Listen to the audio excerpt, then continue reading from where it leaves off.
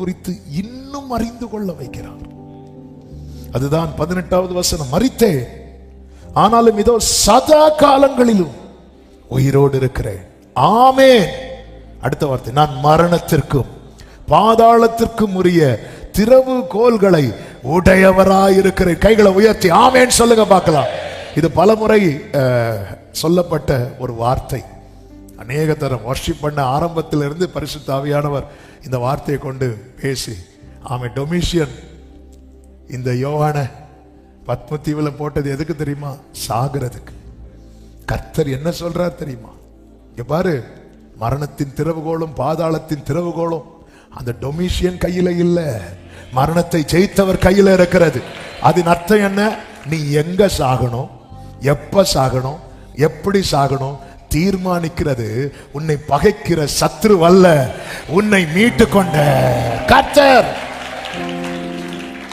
மரண பள்ளத்தாக்கில் நான் நடந்த வேளை மீட்கும் கரங்கள் நான் கண்டேன். வாடி நின்ற வேளை தாங்கும் கரங்கள் நான் கண்டேன். எந்த மாறாமே வாழ்வை மதுரமாய் மாற்றும் அன்பின் நல்ல கர்த்தரே, எந்த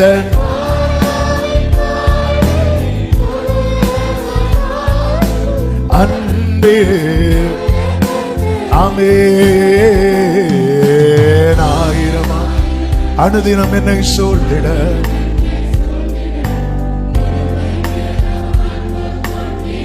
நல்ல எபினேசராய் நல்ல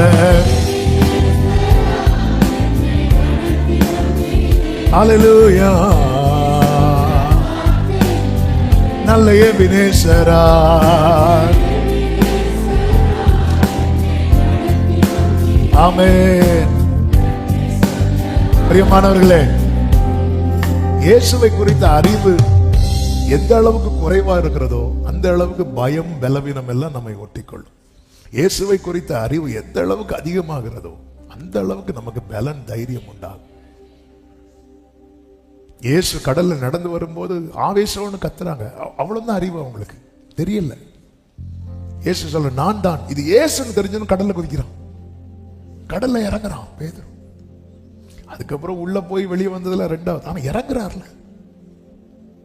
அவரை குறித்த அந்த அறிவு தான் பாருங்கள். 40வது வயதுல மோசே எகிப்தை விட்டு பயந்து ஓடினான் இருக்கு பைபிள்.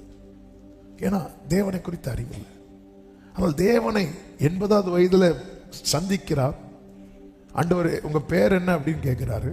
அதுக்கப்புறம் பார்த்தீங்கன்னா முகமுகமாய் அறிகிறார். அந்த முகமுகமாய் அறிந்த மோசையை குறித்து எபிரேயர் 11 எழுதப்பட்டிருக்கிறது. எபிரேயர் 11:27 விசுவாசத்தினாலே அவன் அதரிசனமானவரை தரிசிக்கிறது போல உறுதியாயிருந்து ராஜாவின் கோபத்துக்கு பயப்படாமல் எகிப்தை விட்டு போனான் இருக்கு. அந்த தலைப்பிள்ளை சங்காரம் வர அடிச்சாச்சு. ராஜா அவ்வளோ கோபம், அதெல்லாம் பயப்படவில்லை. ஏன் அப்படின்னா அதரிசனமானவரை தரிசிக்கிறது போல அந்த அளவுக்கு தேவனை அறிகிற அறிவுல நாளுக்கு நாள் வளருகிறான். யாத்ரா 33 நீங்க வீட்டுல போய் படிங்க. அதனுடைய 12-13 வசனங்கள்ல படிக்கும் போது ஆண்டவரே உம்முடைய கண்களில் எங்களுக்கு கிருபை கிடைச்சதுன்னா இன்னும் உண்மை அறியணும் அப்படின்னு கேட்பார். இன்னும் அறியணும். அந்த அவர் அறிகிற இவர் தேவன் யார், நான் யாரை ஆராதிக்கிறேன், அவர் எப்படிப்பட்டவர், இது மட்டும் நமக்கு தெரிஞ்சிட்டு வைங்களேன், நம்ம பத்மத்தீவானாலும் பயப்பட மாட்டோம். எரிகிற அக்கினி சூளைக்கு ஆமென். இந்த சாத்ராக் மேஷாக் ஆபேத்நேகோ பயப்படாத காரணம் என்ன? அவங்களுக்கு தெரியும், நாங்கள் ஆராதிக்கிற தேவன் எங்களை தப்புவிக்க வல்லவராயிருக்கிறார். தெரியும் அந்த அறிவு. அப்ப நமக்குள்ள ஏன் இன்னும் அந்த பயம் பிடிக்குதுன்னா, நம்ம பல வருட விசுவாசிகளா இருப்போம். கேட்டது நாங்களாம் பிறந்ததுல இருந்தே, நாங்கள் பிறந்து விழுந்ததே பெந்தேகோஸ்தே சர்ச்சில் தான். சொல்றது நல்லா இருக்கு. ஆனா நமக்குள்ள எது குறைவா இருக்கு தெரியுமா? தேவனை குறித்த அறிவு. மார்பில் சாய்ந்திருந்த யோவானுக்கு இன்னும் அவரை அறிகிற அறிவு தேவையா இருந்ததானா? மார்பில் சாய்ந்திருந்த யோவானுக்கே இன்னும் அவரை அறிகிற அறிவு தேவைப்பட்டது. அதனாலதான் அவரை அறிகிற அறிவிலே வளருங்கள் என்று அப்போஸ்தலர்கள் நிருபங்களிலே மறுபடி எழுதியிருப்பதை வேதத்திலே பார்க்க முடியும். கிறிஸ்து அதிகமாய் வேதத்துல தான், வேற வழியே கிடையாது. எழுதியிருக்கிறவரை கண்டோம் என்று பிலிப்பு நாத்தான் வேலை பார்த்து சொல்லுகிறார். எழுதியிருக்கிறவரை கண்டோம். இந்த வேதத்தை இயேசு கிறிஸ்து விளக்கின போது சீஷர்களுடைய இருதயம் கொழுந்து விட்டது, அவர்கள் கண்கள் திறந்தது, இயேசுவை கண்டார்கள். இந்த பைபிளினுடைய உச்சம் இருக்குல்ல, நம்முடைய கண்கள் அவரை பார்க்கும். இந்த வேதத்தில் உள்ள அதிசயமே ஜீசஸ் தான். ஹல்லேலூயா. அவர் அந்த அறிவு இல்லைன்னா நம்ம ஜெபம் எல்லாமே ஓடும். அவரை அறிகிறாரு. நான் பயப்படுறேன், எனக்குள்ள பயம் இருக்கு, அல்லது நான் தளருகிறானா, இயேசுவை வாசிங்க, இயேசுவை படிங்க, அவ்வளவு பலன் உண்டா. கர்த்தர் உங்களை ஆசீர்வதிப்பாராக. ஐந்தாவதாக கர்த்தர் அவனை எப்படி பலப்படுத்துகிறார் தெரியுமா? 19வது வசனம், நீ கண்டவைகளையும் இருக்கிறவைகளையும் இவைகளுக்கு பின்பு சம்பவிப்பவைகளையும் எழுது. என்னது அர்த்தம்? இந்த சூழ்நிலையை கர்த்தர் அனுமதித்ததின் நோக்கத்தை வெளிப்படுத்தினார். என்னை ஏன் கர்த்தர் இங்க வச்சிருக்கிறார், என்னை ஏன் கர்த்தர் இங்க கொண்டு வந்திருக்கிறார், இது மட்டும் வெளிப்பட்டுன்னு வைங்களேன், நம்ம பலன் அடைச்சிரும். இதுக்குதான் கர்த்தர் என்ன வச்சிருக்கிறாரா, இதுக்குதான் என்ன கொண்டு வந்திருக்கிறாரா, இதுக்குதான் என்ன இந்த பாதையில் நடத்துகிறாரா, இது மட்டும் தெரிஞ்சிட்டுனா. இது தெரியாததுனாலதான் புலம்புகிறோம். தாவீதுக்கு இது தெரியும். அதனாலதான் யுத்த களத்துல வந்த போது தாவீது என்ன சொல்வார் தெரியுமா? நான் வந்ததற்கு ஒரு முகாந்திரம் இல்லையா, என்ன ஏன் கொண்டு வந்தா? சிங்கத்து கூட கரடி கூட ட்ரைனிங் கிளாஸ் விட்டுட்டு நேர யுத்த, அப்பா கூப்பிடுறாரு, ஈசா கூப்பிடுறாரு, இங்க வாப்பா, அண்ணனுக்கு போய் இந்த ஆகாரத்தை கொடுத்துட்டு வா. தாவீதுக்கு தெரியும், இல்ல இந்த அப்பா இப்படிதான் பேசுவார். அந்த அப்பா என்ன சொல்றாரு, பாப்பா நீ இப்போ ட்ரைனிங் முடிஞ்சிருக்கு, ஓடு போய் ஆகாரத்தை கொடுத்துட்டு வரணும். இதுதான் தாவீதுக்கு டியூட்டி. ஏன்னா தாவீதுக்கு ஆல்ரெடி ஒரு வேலை இருக்கு. என்ன வேலை? ஆடு மேய்க்கிற வேலை. அந்த கொஞ்சம் ஆடை விட்டுட்டு வராரு. ஆனா இவர் கொடுத்துட்டு நிக்கிறாரு. எதுக்கு நிக்கிறாரு? அவங்க சாப்பிட்டு முடிச்சு பிளேட் எல்லாம் கழுவி வாங்கிட்டு போறதுக்கா இல்ல, என்ன பர்பஸுக்கா எனக்கு கொண்டு. அதனாலதான் அவனுடைய சகோதரன் அவ்வளவு கடினமான வார்த்தையை சொன்னதுக்கு அப்புறம் தாவீது தளரல. நீங்களாச்சு உங்க வேலையாச்சு இல்ல, நான் பலப்பட்டு இருக்கேன். ஏன்னா எனக்கு தெரியும், ஒரு முகாந்திரம் இல்லாமல் கர்த்தர் என்னை கொண்டு வரவில்லை. இந்த பத்ம தீவுல கர்த்தர் அலோவ் பண்றார். ஆண்டவரே, இங்க நீங்க வெளிப்பட்டதுக்கு பதில் அந்த டொமிஷியன் எனக்கு தீர்ப்பு எழுதும் போது அங்க நீங்க வெளிப்பட்டிருந்தா எப்படி இருந்திருக்கும் ஆண்டவரே. நமக்கெல்லாம் அப்படிதான் தோணும். ஆண்டவர் என்ன தனியா இருக்கும் போது என்கிட்ட பேசுறீங்க, 4 பேர்கிட்ட இருக்கும் போது என்கிட்ட பேசுங்க பாப்பா, 4 பேருக்கு தெரிய வரும். இல்ல, எல்லாத்துக்கும் பின்னாடி ஒரு நோக்கம் இருக்கிறது. அந்த நோக்கத்தை கர்த்தர் யோவானுக்கு வெளிப்படுத்தினார். அது தெரிஞ்சதும் இதனாலதான் ஆண்டவரே. ஹல்லேலூயா. கர்த்தர் செய்வது எல்லாமே நன்மைக்காக, அன்றியும் அவருடைய தீர்மானத்தின்படி அழைக்கப்பட்டவர்களாய் தேவனிடத்தில் அன்பு கூறுகிறவர்களுக்கு. ஆமே. என்ன ஆண்டவர் இன்னும் வெயிட் பண்ண வச்சிட்டு இருக்கிறீங்க?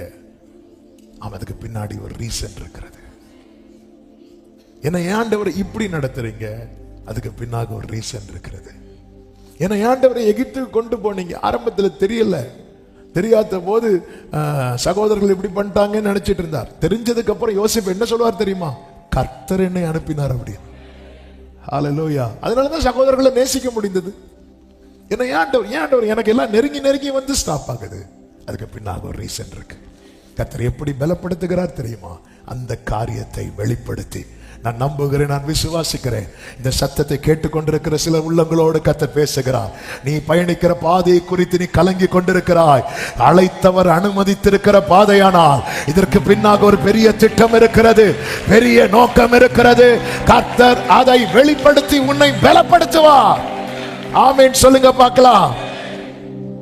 கண்களை மூடி தேவ சமூகத்தில் நம்மை அர்ப்பணித்து, ஹல்லேலூயா. நான் உன்னை பலப்படுத்தி உனக்கு சகாயம் பண்ணுவேன். பலன் தாருமே, பலன் தாருமே. முடிந்தால் முழங்கால் படியிட்டு கைகளை உயர்த்து. பலத்தால் என்னை நடத்திடுமே, பலன் தாருமே, பலன் உங்க பலத்தா,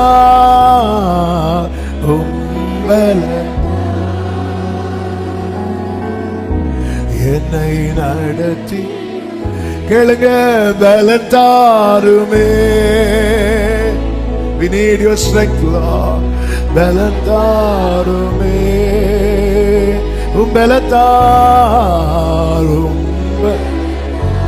ஆண்டவரே விடுதலை தாங்க, பலன் தாங்க, என்னை நடத்திடுமே, பலன் தாருமே, பலன் தாருமே. Glory be to Jesus. பலன் உங்க பலன் தேவப்பா, தேவப்பா, பலத்தா என்னை. ஒரு 2 நிமிஷம் ஜெபம் பண்ணுங்க. எதுக்கு உங்களுக்கு பலன் தேவை? தாங்கிறதுக்கா, ஓடுறதுக்கா, மேற்கொள்றதுக்கா, தாண்டுறதுக்கா, சகிக்கிறதுக்கா? எதுக்கு பலன் தேவை? அப்படியே கைகளை உயர்த்தி அப்பா பார்த்து, ஆண்டவரே பத்ம தீவுல யோவான உம்மை வெளிப்படுத்தி உமது கரத்தை அவன் மேல வைத்து அவனுக்கு நம்பிக்கை கொடுத்து உம்மை குறித்த அறிவை கொடுத்து